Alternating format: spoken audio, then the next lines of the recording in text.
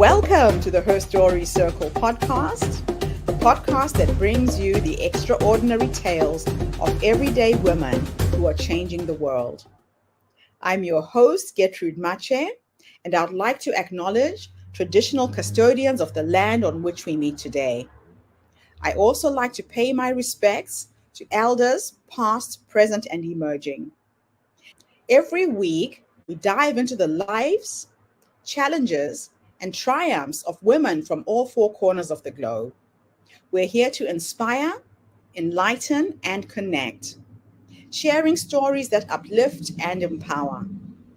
So grab a cup of coffee, settle in, and join us as we explore the incredible journeys of women shaping our future.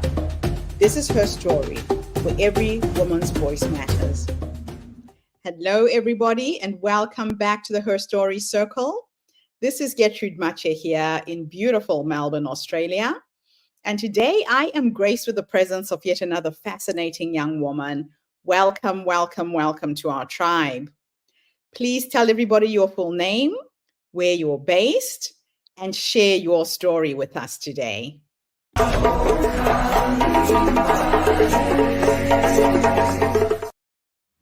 Hi, and thank you so much for having me. My name is Lavinia Yosub. I was born Romanian. I may or may not be a vampire. The jury's still out on that. And I am slightly nomadic. I've lived in 8 countries on 4 continents, explored about 50 others. I'm currently a resident of Bali for about 2/3 of the year. This is where I spend a big chunk of the year and where I pay taxes, to say so. I'm also an e-resident of Estonia and run a company there. And so for the rest of the time when I'm not in Bali, I travel usually in Europe, but also other places in many other places in Asia and not only.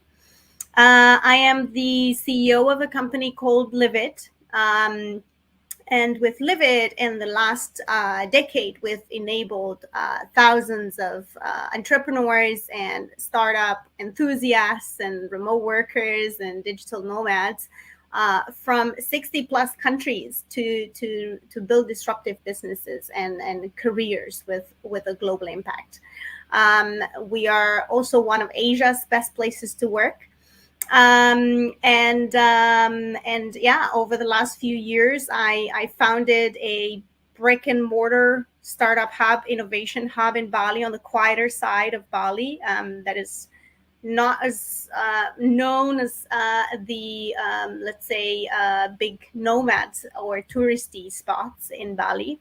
And I also founded the Remote Skills Academy, an online academy that teaches Indonesians, and now we're expanding it to other regions as well, to work remotely or build digital skills and access the whole world of opportunities that is out there when you're able to work online and really live life on their own terms. I'm very passionate about democratizing digital skills, to say so. I'm also an investor and an advisor in a handful of exciting startups. Yeah, this journey in the last 3.5 decades or so has taken me all around the world to all kinds of interesting places. What I've discovered is that people are really seem very different everywhere you go, but they're really the same.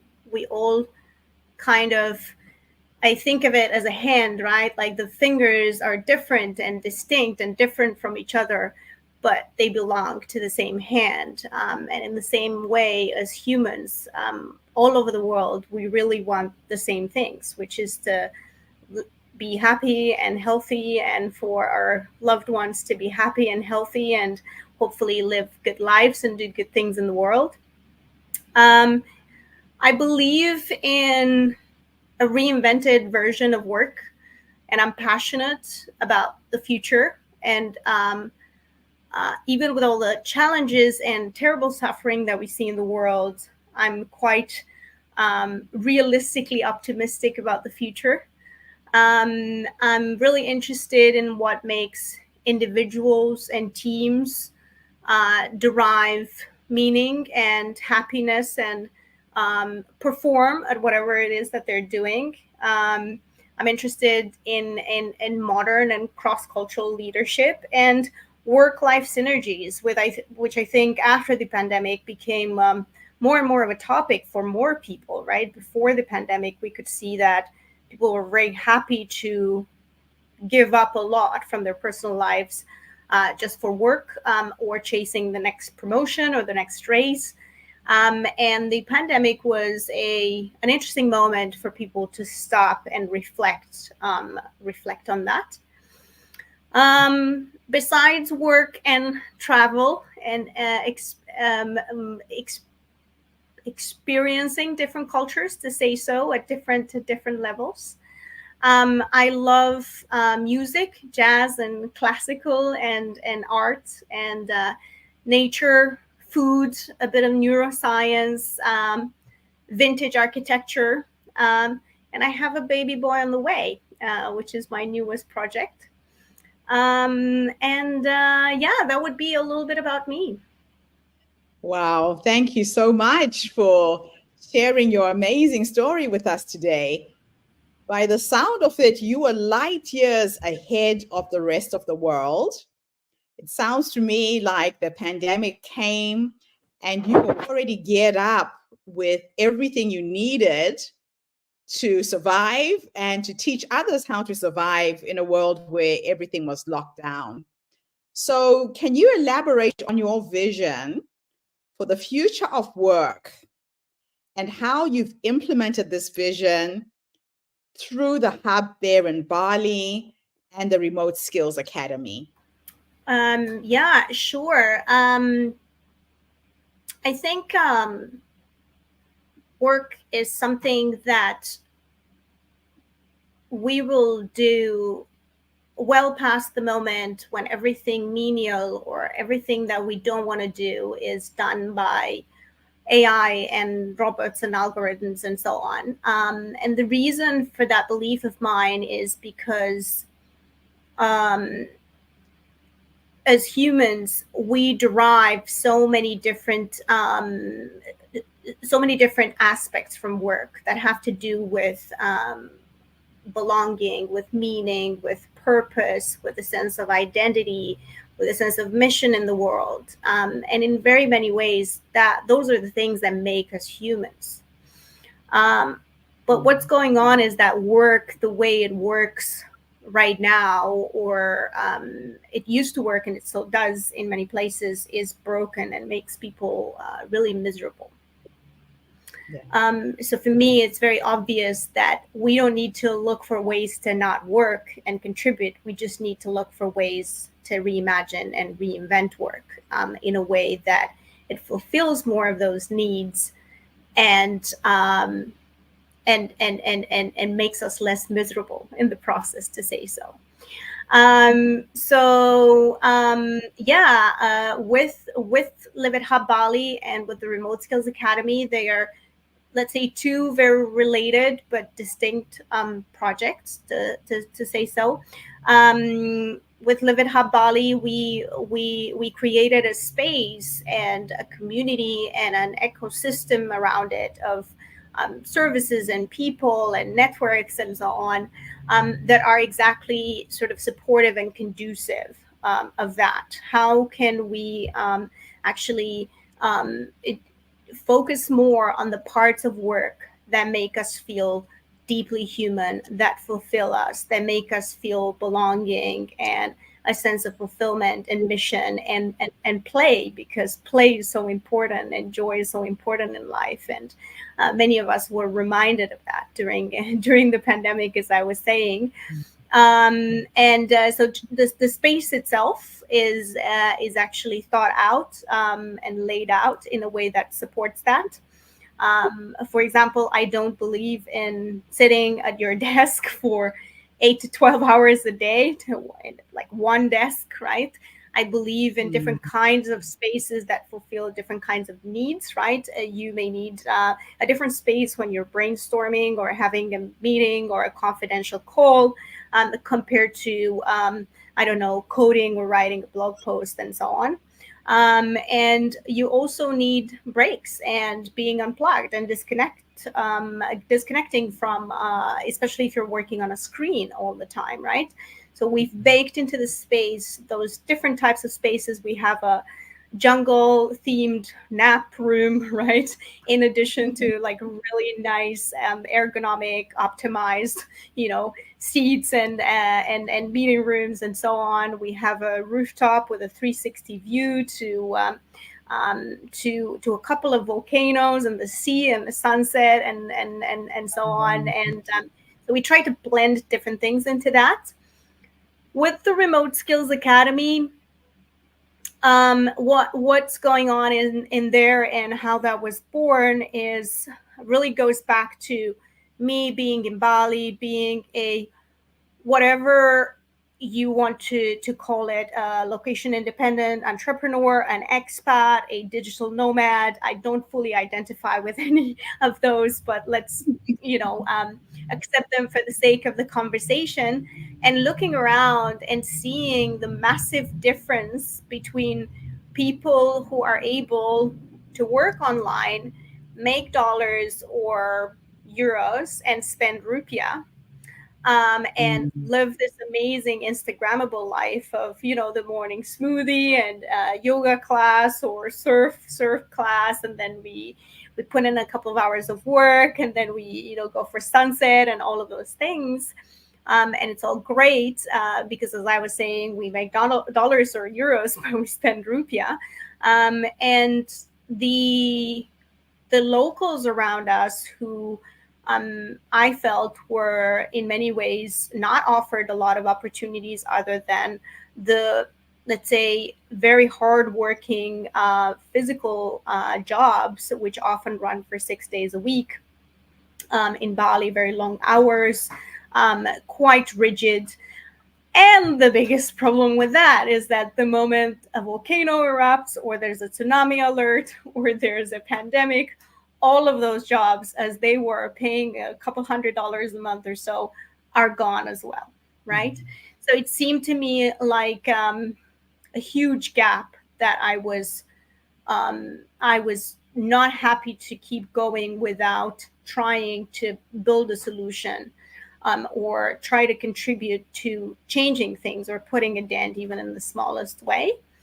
So in many ways, if we think of the world right now, class and privilege, if we think of medieval times, right, there used to be this fortresses, right?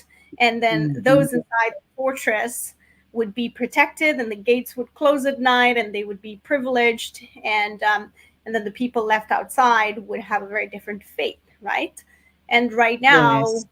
that's being literally reconstructed in terms of, can you work online? Can you use digital tools? Can you use AI? Can you make money, right? In those ways, or are you dependent on the labor market around you? So that's a little bit of how I'm trying to embed that vision of the future of work in the different projects that I'm leading. Yeah, it's absolutely amazing, because when you look at the lifestyle of expatriates in Bali, it's a completely different reality to the locals who live there. And it's refreshing to see that there's somebody who is aware of that imbalance and trying to do something about it. So, what specific strategies do you employ at Livit to create an environment recognized as one of Asia's best workplaces? Yeah, very good question. And just a very quick mention before we transition into this, let's say, new topic, is that actually what we discovered is that the problem is much. It's not that the problem is much bigger than Bali, but the needs for democratizing digital skills is actually well beyond Bali in the different parts of Indonesia, which a lot of people who come to Bali forget that Indonesia is actually much bigger and richer than just Bali. And then also bigger than Indonesia itself, right? It's a problem that exists everywhere. It's in many ways a universal problem right now. So we are expanding this. We quickly actually allowed access to everyone and encouraged access to everyone on the entire archipelago in Indonesia, and we've since upskilled and reskilled about 10,000 people from across Indonesia, 20 different regions. And we are now, we've been working for the last few years to expand and bring the project to other places with local partners. But yeah, wonderful question about creating a, let's say, an award-winning workplace. So I think one first thing I want to mention is that I think awards and distinctions are great. I think they put you on a map, and for better or for worse, there's got to be tops and awards and mentions and so on. But I think the real award is to create that reality that is award winning, for better or for worse, and experience a mundane Wednesday in it, right? To me, that's the real award, right? Like, do I like the team I work with? Do I feel like we're doing something that puts a positive dent in the world? Or are we just shuffling papers, right? Or do I enjoy the projects we're doing? Do we enjoy the alignment and where we're all going together and all of those things, right? So I think awards are. I used to think they're really not important at all. Now I see their place, right? I see their place. But I don't think they should be an intrinsic motivation in itself to say so, right? I think the motivation should be, I want to build a great workplace, right? Be that award-winning or not, right? I think one of the foundations is the idea that humans are not resources, that they're the force propelling your business or your organization going forward. And if you embed that in everything you do, then hopefully people will not feel like they're resources. They will feel like you're building something together, right? So I think acknowledging humanity, first of all, the fact that we are all more than just a resource or just our title, right? At a more practical level, I have some beliefs that I think and let's say tactics and so on that I think some people may agree or disagree with. I never pay people as little as I can to get by. If we can, we always go above the market or what the expectations are. We don't want to pay completely out of line with the market, because we don't want people who just come for the money, but we want people to feel, I don't want people to worry about covering rent, next month, even if that's the market rate, right? Which is sadly something that in places like Bali, you see a lot, right? Like you still see a lot of people paid $200-300 a month, right? And some businesses really can't afford more, but some businesses can, and they just choose not to. I think also when we think of what really motivates humans, there's those three pillars of autonomy, mastery, and purpose. So if we want people to come and work with us, and we don't want them to do it just because they need a salary or they need money, those are the three things that we really need to think about. How do we give people autonomy? At Livit, we run the company on a holacratic system, which decentralizes authority. So it basically allows people a lot of, let's say, self-management. I always say that we like to hire managers of one. The one is you yourself, because otherwise you need someone to micromanage you, right? And we don't like that.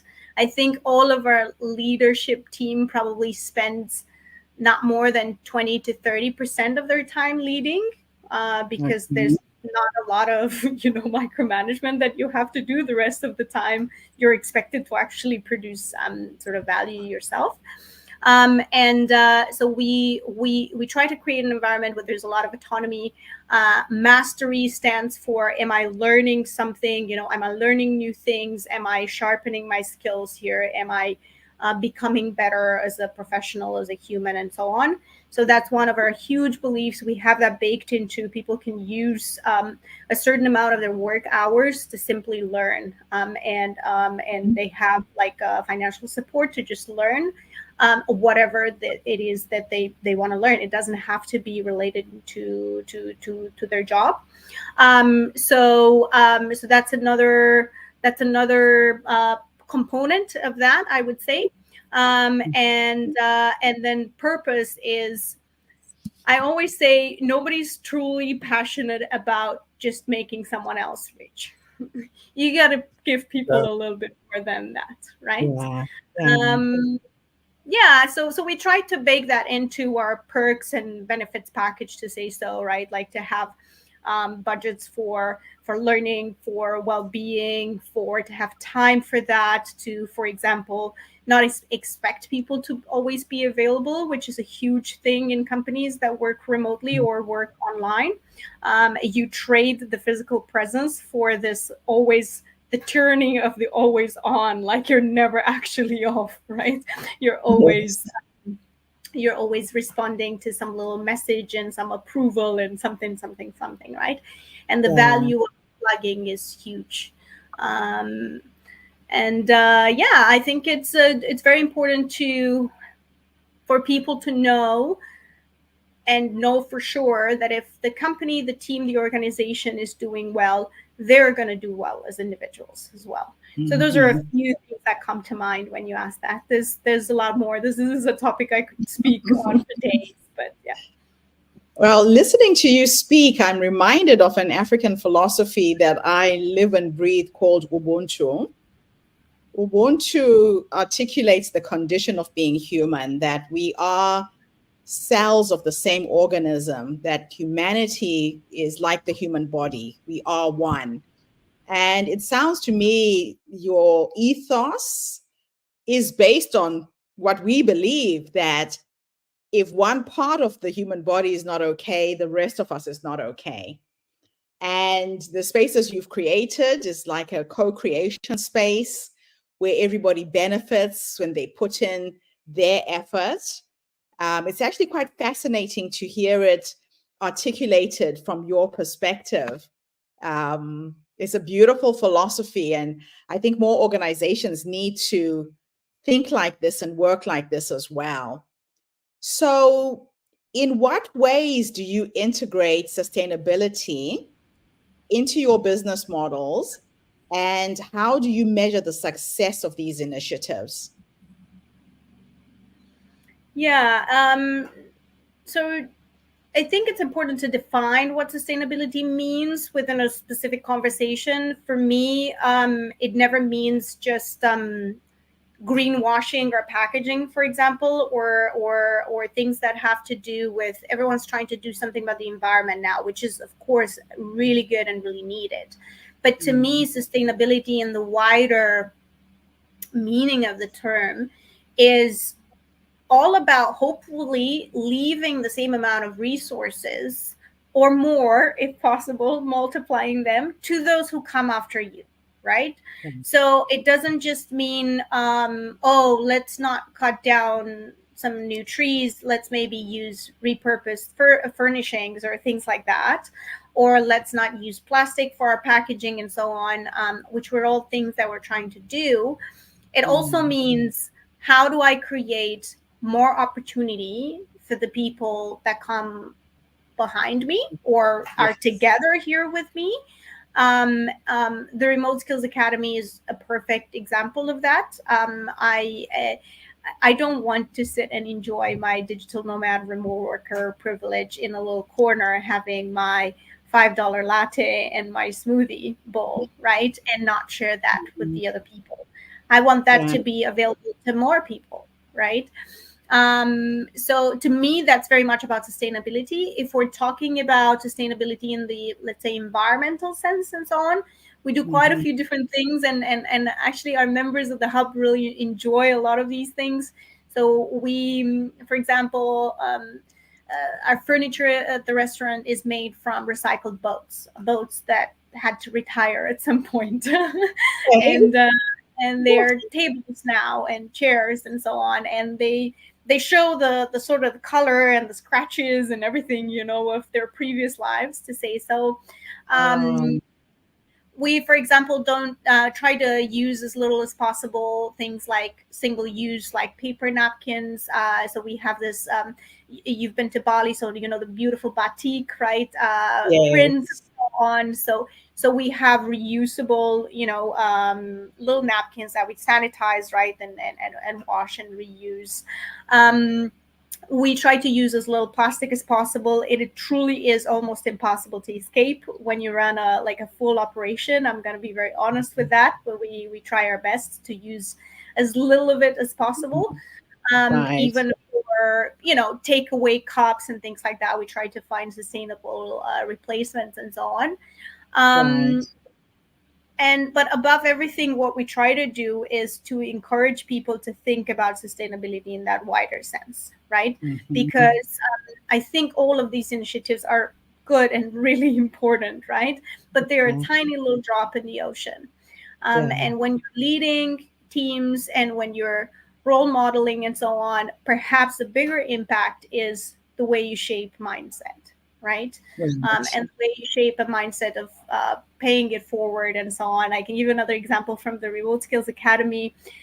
We see a lot of the alumni that went through the program and it changed their Mhm. lives and the trajectory of their careers and so on, coming back and sponsoring new students or teaching at the academy or volunteering at the academy to kind of create the same opportunities for others, and it's been so heartwarming to see.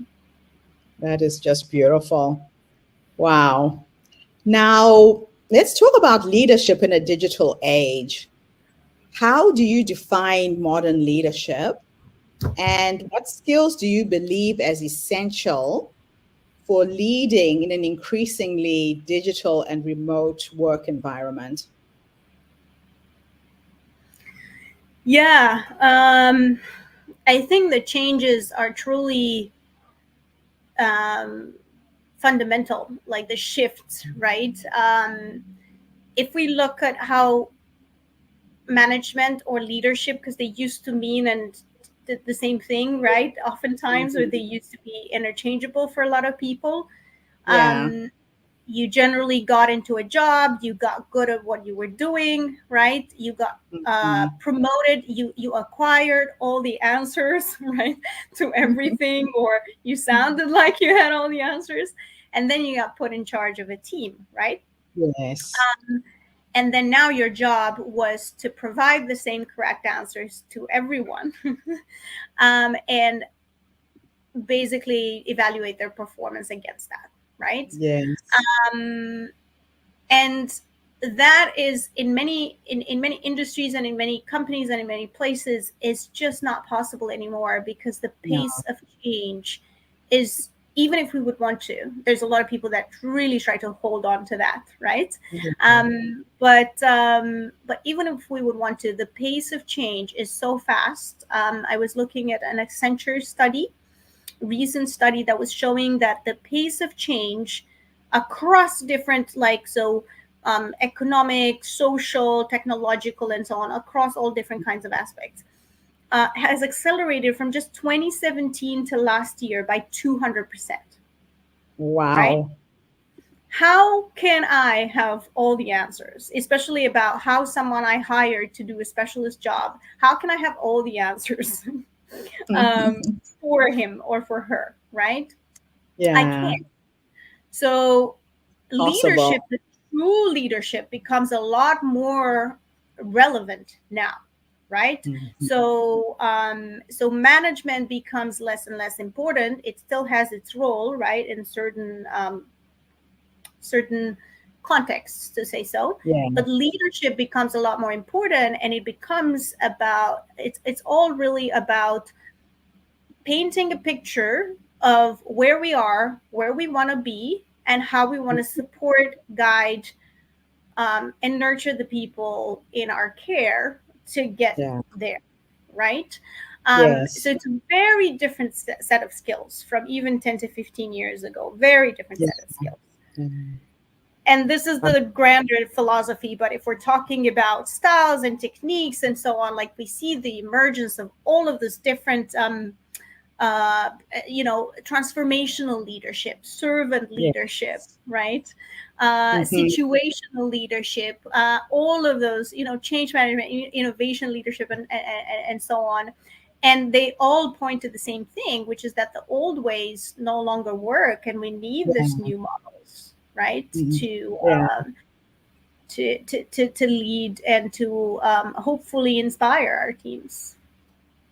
And to stay in business, you have to change. Says the old model is gone. So let's look ahead a little bit. What new projects or areas of development are you most excited about exploring within the realm of remote work and sustainable entrepreneurship? Yeah. I'm really excited at a grand scale of things. I'm really excited about the world being less and less split between places with opportunity and places with no opportunity, and everyone from places with no opportunity trying to flock like birds to New York and London and those other places and compete and have this grueling routines and lives, right? Compete with each other to access opportunity. So I think Right. remote work, digital skills, tools like AI, which are emerging as we speak, and that are Yeah. really helping us to automate and do away with a lot of tasks that are not exciting or fulfilling, right? Mhm. And all of these changes, they allow people, they allow opportunity to be it. The old models are still going to prevail for a while, right? Changes a bit. Yes. Uh, um, Takes time. Sometimes it's faster, but sometimes it's slower than we would want it to be, right? But Yeah. London's still going to be London, New York is still going to be New York.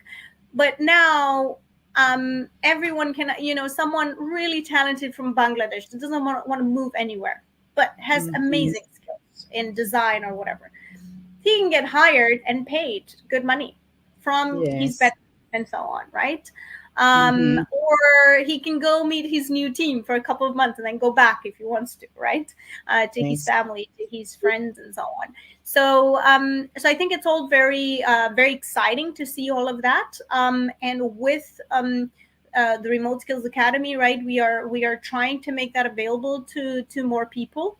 And we are trying to also change this mindset, right? That someone that you need to go to a school or to a specific course to learn the skills, that you cannot Mm. experiment on your own, all of those different things, right? Like Yeah. we really encourage, I would say that people come out of our programs with skills, but more importantly, they come out with a slightly different mindset where they're happy to experiment. They're more comfortable not knowing and finding out themselves and not needing a teacher or a professor to give them the correct answer, or a manager to give them the correct answers. Currently, for example, I'm working with a wonderful lady who is originally from India, but she is living in Belgium on expanding RSA to the Remote Skills Academy to Europe, specifically for immigrant women, but not only. And because immigrants often have the particular challenges of sometimes their education not being certified in the new place, Mhm. or perhaps stereotyping, prejudice that doesn't help to get a job right away, especially in a more highly skilled field, right? Yes. Or perhaps you may not even have the right to work, right, in the new Yes. place.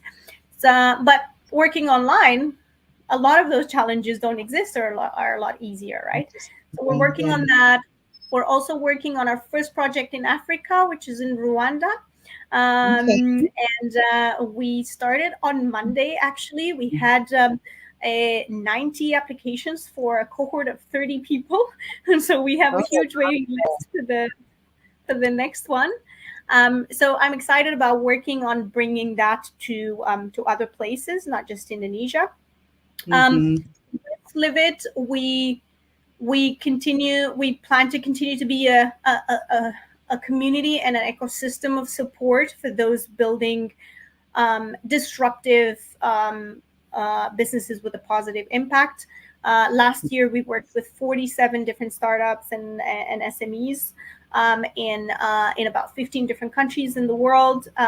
So that's always exciting, and there's really always a lot more work you can do there, right? And yeah, I have a couple of other initiatives and projects that I'm part of, but I will stop at those, and I will say this year I also have this little side project which will probably become my main project for a while, which is a baby, so incoming. So that's definitely going to be on the list of priorities as well. I love it. I love it. So let's end our interview and just delve into the world of startups. My first question, because I've just recently registered my first technology startup here in Melbourne, and I am finding it to be extremely challenging trying to secure VC funds. Of course, as we know, 3% of any VC funding goes to women, and 0.01% of those funds goes to women of African descent. I've pitched to over 300 events in person, online. My idea is robust. I've got a business that's generating income. How do you select the organizations you invest in? What is your investment thesis? Yeah. So as an investor, I'm part of two clubs or organized investment clubs, to say so, or communities of investors. And one of them is actually very focused on exactly what you were talking about, is called Epic Angels, and we are about 200 investors in this club with working with a mission to actually try to close that gap between the investment granted to female-led companies versus male-led companies. So we invest. We are only female investors and invest only in female-led startups. There has to be a significant ownership or a co-founder, right, or not the accountant, right, but someone actually important to the strategy, to the direction of the business, right? That is a female. So we've seen such interesting businesses, and the main partners there, Mike and Esther, are doing such a good job. There's a focus on APAC, so you definitely want to check that one out, because it's not just about the money; it's about the access to all of these women with big networks and big ideas and so on, right? That all of a sudden are on your side. Okay. And the second investment club or community I'm part of is here in Bali. It's called Bali Investment Club, and we're very focused on sustainability or circular economy or sustainability impact related startups in Indonesia. So the lens is very specific on startups that try to do a little bit more than just maybe make more plastic toys and spray them out into the world or something, I love it. It's really nice to see that there are these initiatives out there, because sometimes it just feels like a very impossible task to try and get your business up and running. And my strategy now has been to try and attract angel investors instead, and micro fundraise what I'm trying to put together to build the application that I've designed.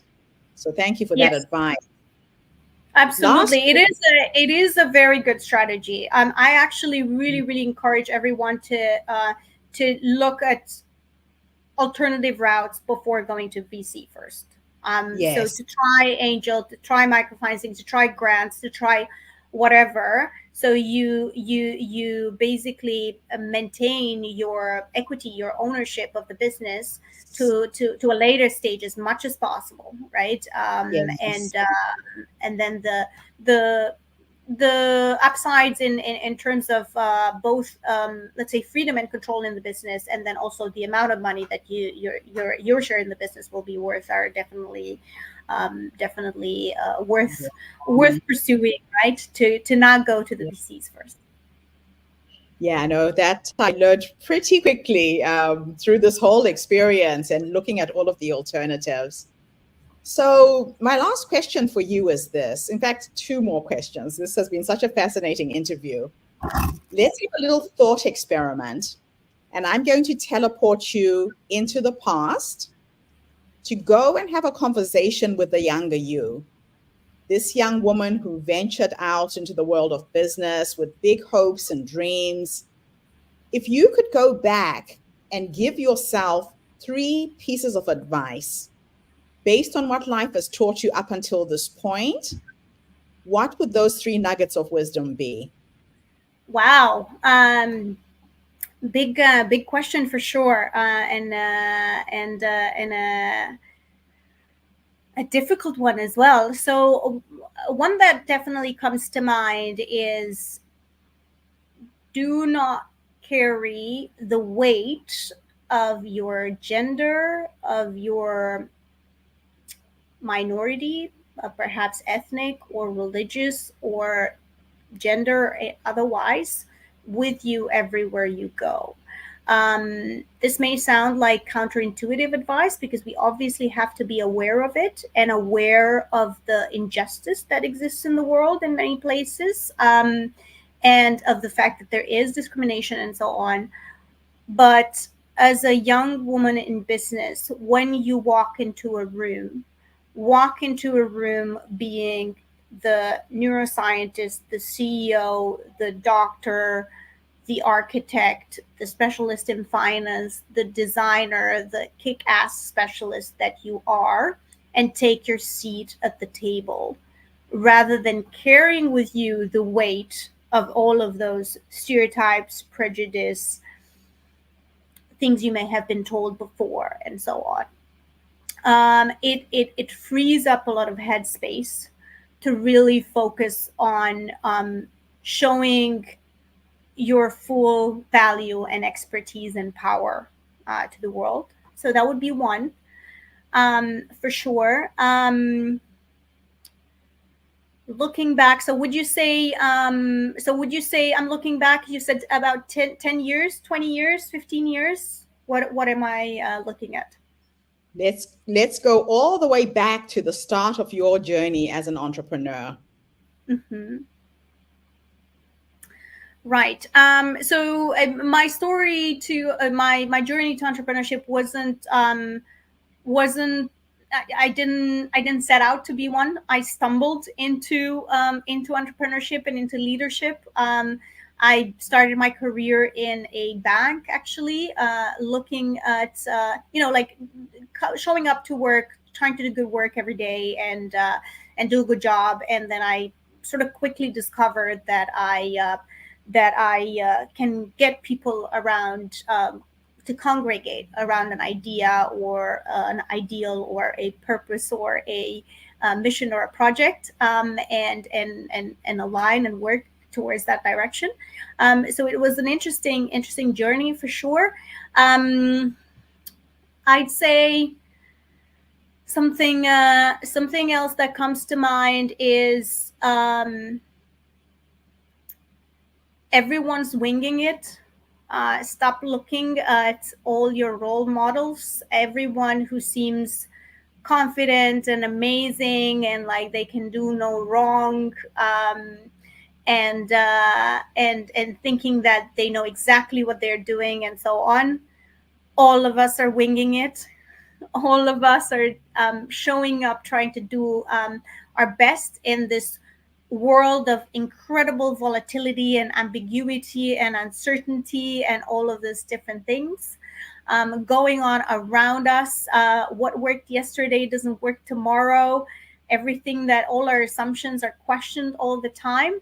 So have confidence in the fact that you can figure it out, because all the rest of us are also showing up and winging it. A third one, trying to think of the third one. I hope it's okay. I'm taking a little bit of thinking time. For the third one, I would definitely say, don't always look for mirrors, for people that are like-minded, that are similar to you, that are very aligned with who you are, what you think, where you come from, have similar experiences and so on. It may seem very natural and very intuitive to surround ourselves with those people. But don't look for only mirrors, look for windows to new worlds. The world is increasingly connected and globalized and cross-cultural, and there's immense power, both at a personal and organizational level, in not looking for culture fits, but looking for culture challenges and culture expansions, be that ethnic or national culture or a culture of another sort, and be open to that. Don't always look for like-minded people. Look for people that challenge you, show you, give you a glimpse into a different world, and be curious. Lean into that curiosity to understand the bigger world as a whole, and especially if you work in a different culture or with different cultures, which is probably soon going to be all of us. I think that would be it. If you would teleport me into the future to meet the 100-year-old me, what would I say to the wise woman that has led me to this point? Excellent questions, I have to say. I would probably say a big thank you. I firmly believe that all of us at any given time are doing the very best we can. And with the knowledge, with where we are, with the, let's say, mindset, consciousness, knowledge, skills that we have at that time. I don't believe in regrets. I believe that we can learn from, let's say, mistakes or things that didn't turn out as we would want them to. And we should continuously learn, but I don't believe in regrets. So I would say a big thank you for all of the learnings on the way, for not beating myself up, for those days where I ended the day knowing that I can and I will do better in my business, in my leadership practices, or any of my other roles, to say so. So I would have, I think I would hope that I would have a lot of gratitude. Thank you for tuning into the Her Story Circle podcast. I hope today's story has inspired you to believe in the power of our stories and the difference you can make in the world when you use your voice. I'm Gertrude Mache, and it's been an honor to share this space with you, where voices from all walks of life come together to weave a rich tapestry of diverse perspectives. Don't forget to subscribe, rate, and review our podcast to help us share these stories with more listeners. Follow us on social media by looking for the Her Story Circle podcast for more updates. And join us tomorrow for another episode filled with courage, resilience, and empowerment. Remember, your story matters, and together we're building a stronger, more inclusive world. Until next time, keep making her